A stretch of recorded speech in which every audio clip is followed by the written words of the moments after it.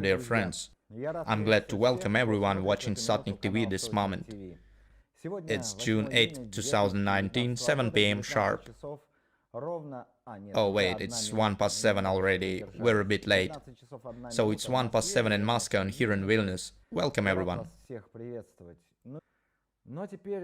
Let's discuss the main topics now. Alexander Zaitsev, a Twitter user, posted the following message, which I personally took as something exemplary, describing the common mood.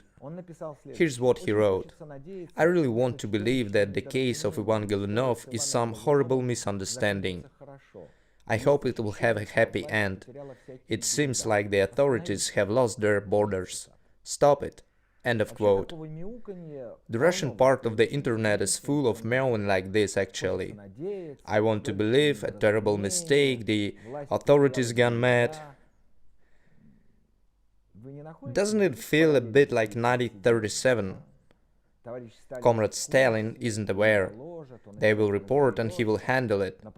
The close ones messed up. It's a facepalm. A facepalm.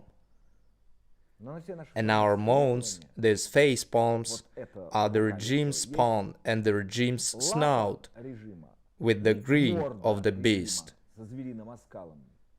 1937 won't happen again, they said. It will, my friends. The special services didn't even need to invent the time machine. Having absolute power and guns in their hands, they're able to turn the time backwards. If I were in Moscow yesterday, I would definitely get on a picket to the police headquarters. I used to take part in different pickets in Moscow. When I lived there, I participated in different actions, not only filming, but also being a part of those. Even though I realized that it would make no change nowadays. There's a video of some spring chicks of Home Secretary Vladimir Kolokoltsev detaining Viktor Shenderovich, the writer, the author and publisher known worldwide. Shenderovich was detained, showing their IDs to his face carelessly and roughly, taking him to the police car, which is a facepalm of ours, and their Snoutpaw. It's an illustrative grin of the renegade enforcer. Lots of people were detained yesterday. In general, Kremlin believes that any regime weakness may lead to a riot, which is a correct thought, by the way.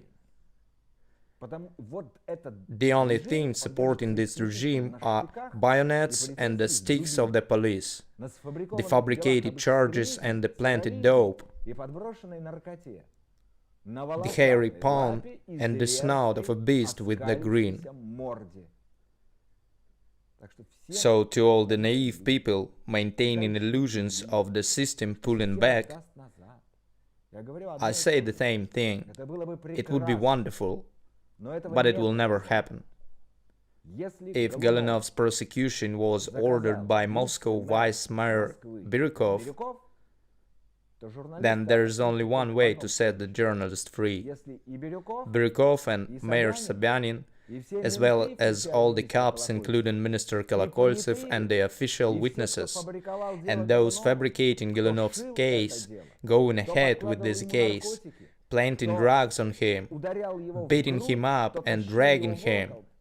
Every single one of them needs to get arrested and go to prison. With all the array of the crimes regarding this case, during these 2 days, this crimes array has grown up to the sky.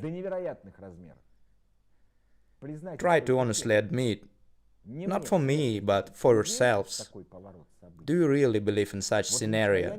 Because I don't. Here's another interesting thing. All these events are happening when at Saint-Petersburg Forum our Putin the Great is doing his utmost to get liked, to charm and to fascinate. He wants to lie again and everyone to believe him. What a stable economics we have! What a future is about to come! But instead of discussing Putin, stimulating his rating that has fallen as a linga, all the talks are about Golunov, who was planted the dope on as a revenge, since he was the pain in the ass of the officials with his investigations. So Putin and the system appear to be separated. The system appears not to perceive the chief anymore. He equals zero to the system, some self-erasing element, someone invisible. It's an important thought, and we sure need to somehow notice it and to bear it in mind. Of course, people also started talking about the society existing. The society waking up, discussing many people went protesting yesterday. That was not a society. That was a journalist community, as well as some young people that associate themselves with Golunov. These people felt empathy. They realized they can be next, and everyone will hardly know it. Once they are taken and something will be planted on them, they will be sentenced to a prison term, smashed and turned into mince. They took this story seriously. There aren't tens of thousands, nor hundreds, and not millions, you know. There are several dozens of people, the ones with conscience and empathy and definitely the wonderful ones. But they make no critical mass, which would make the regime flinch. Something will sure move there, some spark will flash. Then they wait and stall, and roll back.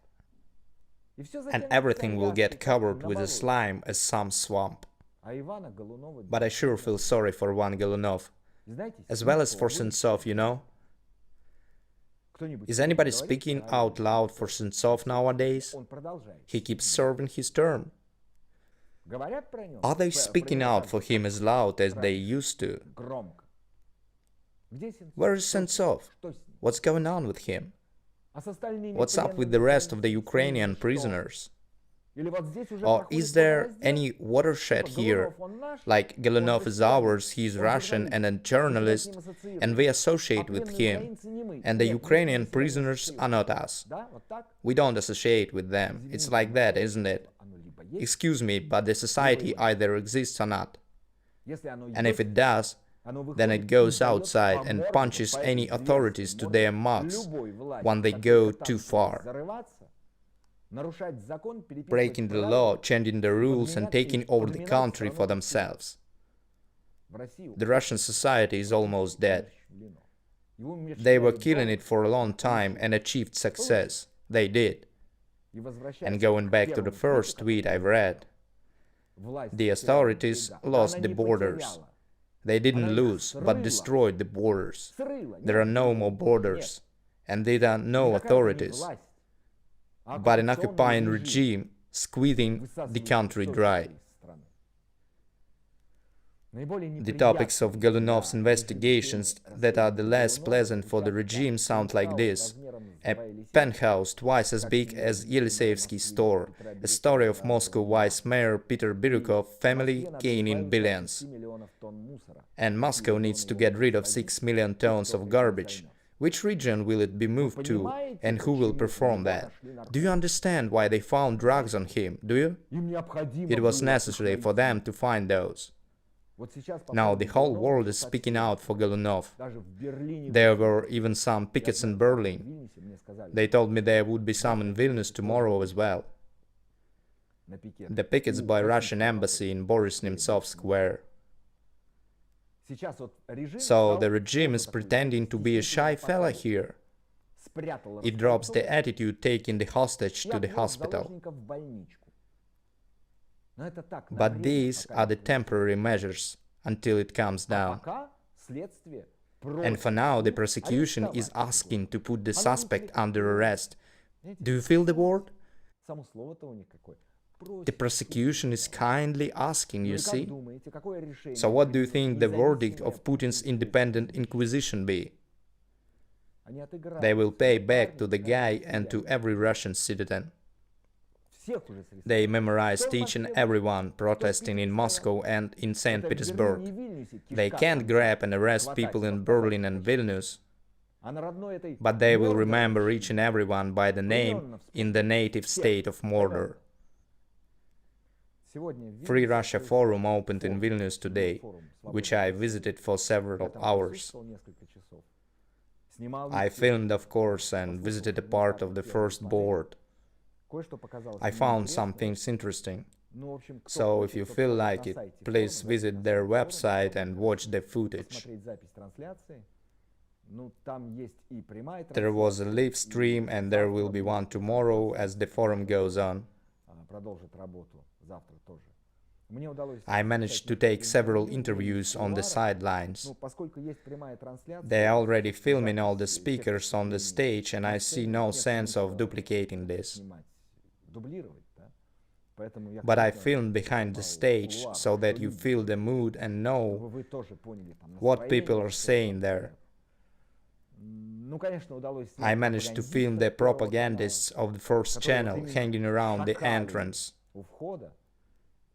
Using the bald-headed guy logics, I call it hanging around. People were trying to banish them, the police was monitoring while they were laughing with the God's dew in their eyes. You'll see all this in a big video on Monday. I will also make a separate video of the interview with Michael Svetov.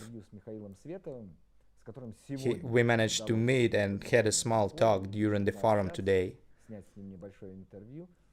I have to commend him. He said that he has nothing against me right from the beginning.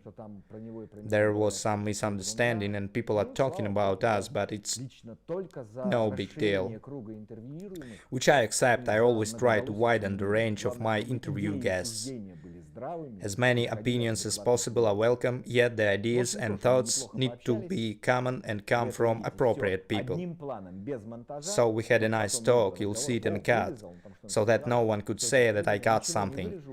I won't, and you'll see it all. I know that reading viewers' letters always lights you up. I'm about to read several letters, here's one of those. It was written by Konstantin from Russia. I live in the town of Engels, former Pokrovsk near Saratov, several miles away from a strategic airfield.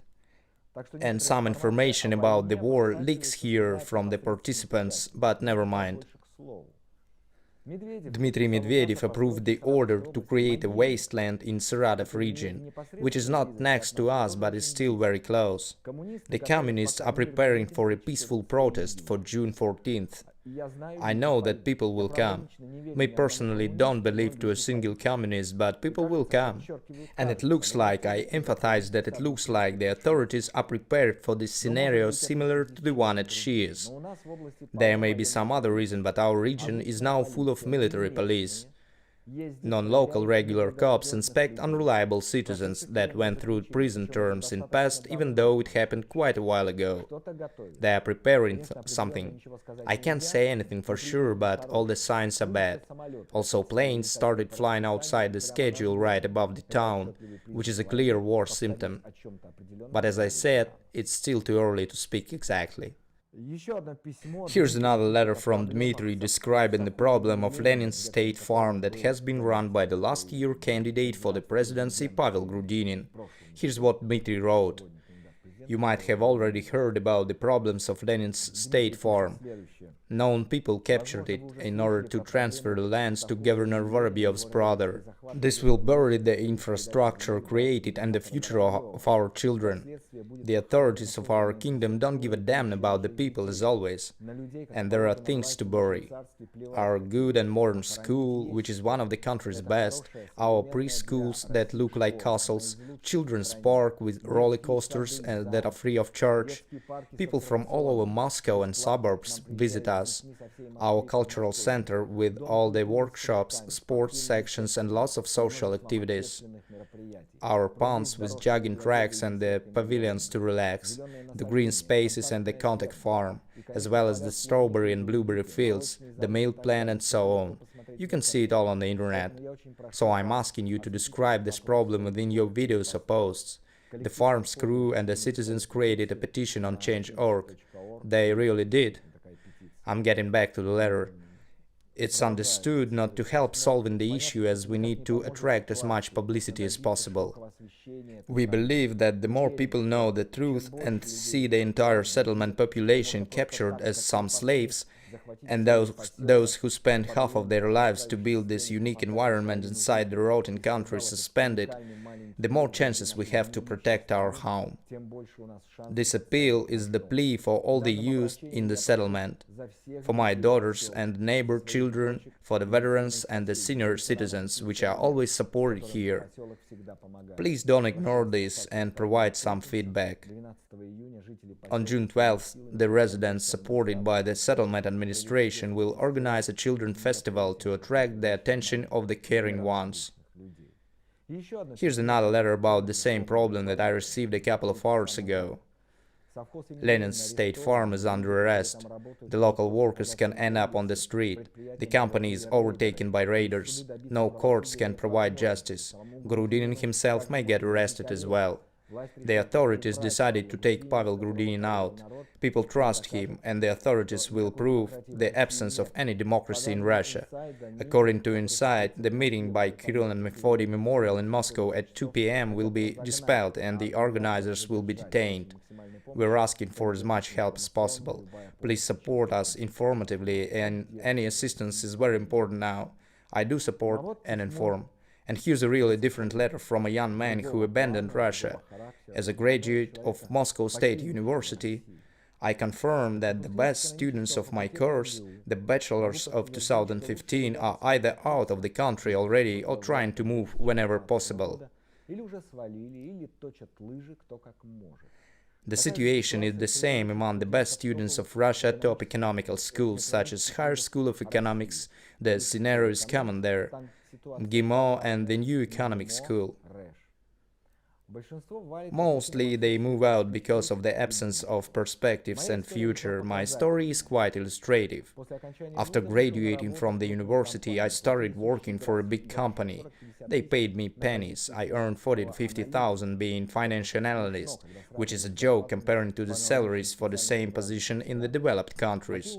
I participated in several protests, but what I saw there convinced me that the country is doomed and this isn't about Putin. In general, our people feel like slaves. We'll eat cabbage yet being great, even though no one understands where the greatness is.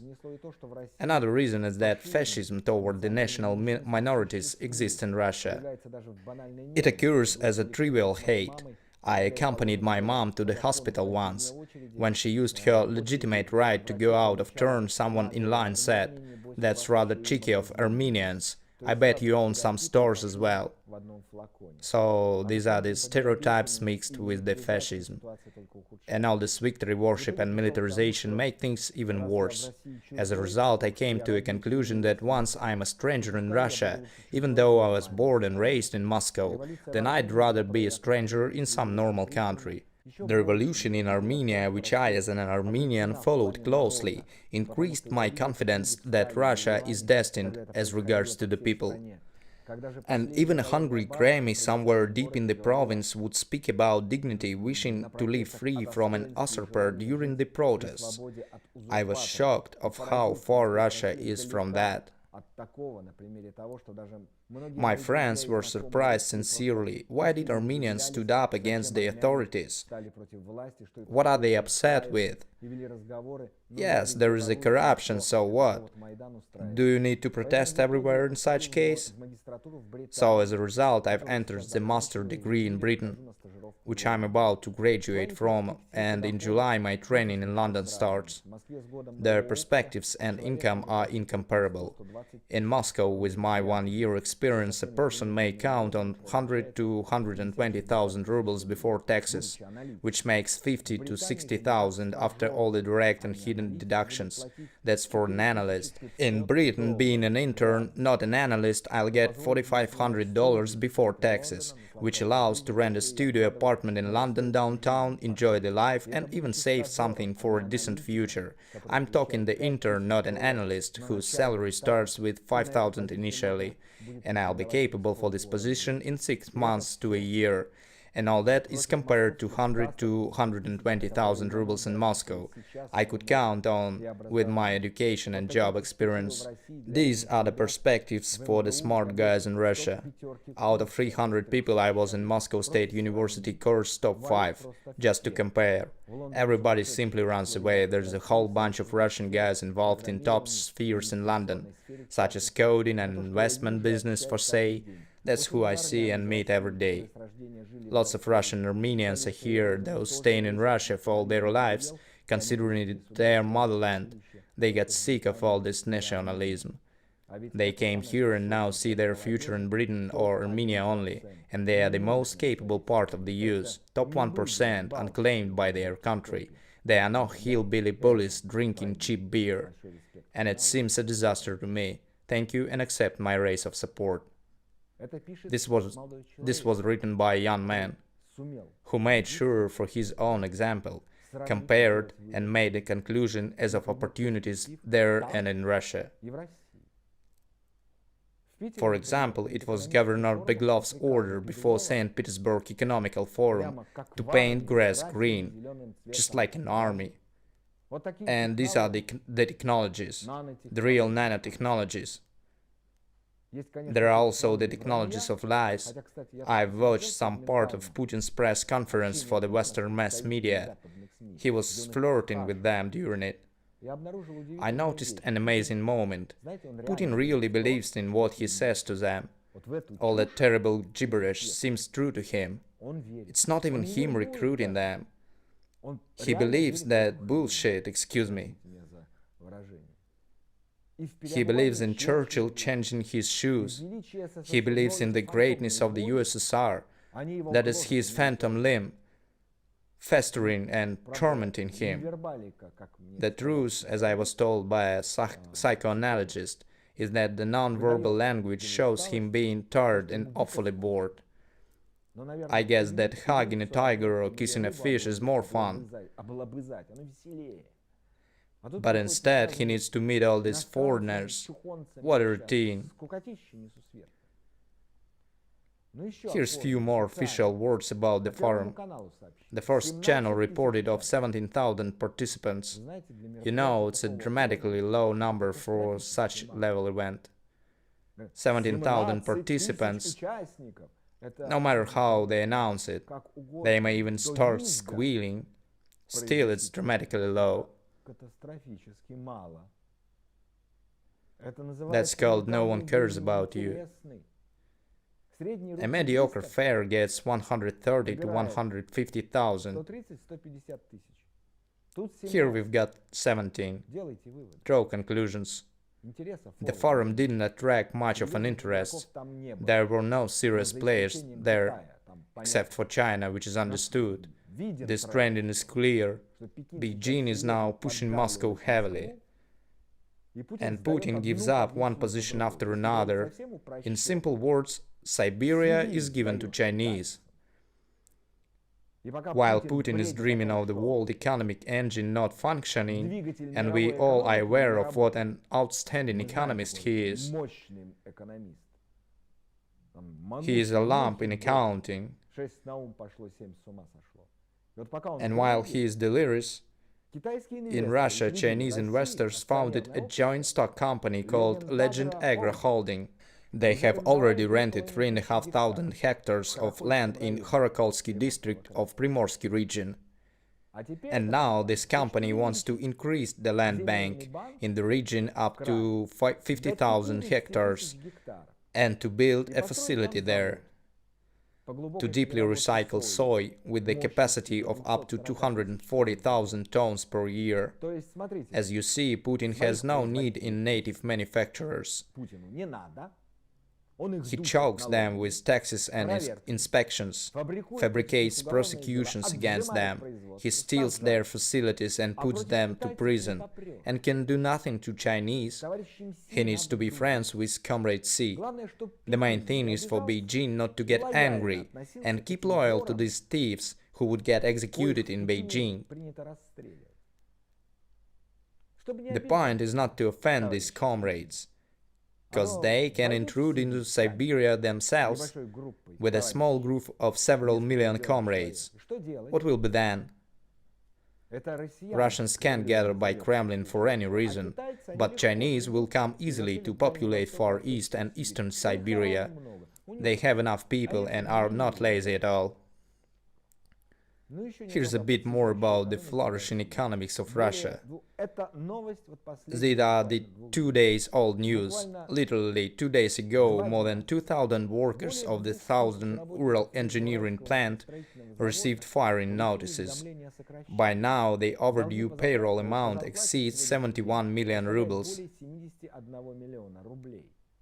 A stand shift was declared at the factory in September 2018. Around 2,500 people were left without a job. The 2/3 of their wage, guaranteed by law, were paid irregularly. The plant was put into receivership on May 15th. That's the way they like to bankrupt the companies. 2 weeks later, the primary trade union organization received the order to fire all the workers of the company. Classics. And we have the forum though. The world economy sleeps, but the Russian one is about to start working. Can you imagine that? Get impressed. Lose your mind from this news. One of the monitors of this miracle forum, Vasily Bogdanov, who is present there, posted on the Facebook. Let me read some parts of that. This is the level of the forum. The session topics are quite relevant, if not the discussion level. Out of 10 speakers, 1 is brilliant, 2 more can do, and the rest 7 are mediocre. The speech lacks sense and structure and is full of expletives. The vocabulary is low and the meaning is gone. And we're talking people with big posts here. Many of them are ruling the country. What a shame. The common defect of all the forums of the past years is a total fear of any discussion. In fact, each board is a number of 7 to 10 monologues intermittent with some minor remarks of the moderator. The questions of the audience are strictly prohibited and appeared extremely seldom. This clear fear of a dialogue leads to pessimistic thoughts. When you meet this much people during 2 days, the difference between them is very noticeable. In general, the governors and the region heads keep it more real. The ministers are less specific, and the social activists have their heads in clouds.